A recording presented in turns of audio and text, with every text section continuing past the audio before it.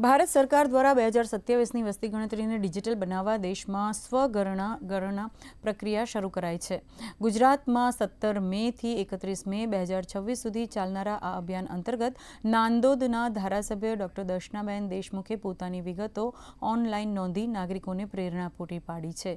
જનગણના એ સે જન કલ્યાણના નારા સાથે શરૂ થયેલી આ પહેલનો મુખ્ય ઉદ્દેશ વસ્તી ગણતરીને વધુ સરળ અને સચોટ બનાવવાનો છે. ધારાસભ્ય ડોક્ટર દર્શનાબેન દેશમુખે લોકોને અપીલ કરી છે કે તેઓ સત્તાવાર વેબસાઇટ પર જઈને સુરક્ષિત રીતે પોતાનો ડેટા સબમિટ કરે.